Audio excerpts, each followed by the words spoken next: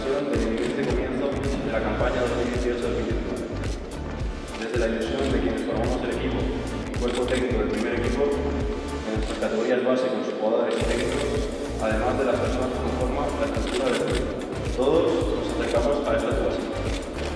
Por nuestra parte, madre de Pilar, te ofrecemos el fruto de nuestro trabajo, esfuerzo, entrega, generosidad con el adversario, humildad en la victoria y en la derrota. Te pedimos de todo corazón que la confianza y la unión de toda la familia en Básquet Zaragoza se fortalezca bajo tu sagrada ciudad. Por todo ello, te rogamos que nos concedas alcanzar fácilmente lo que con toda confianza y sentimiento ahora te suplicamos. Amén.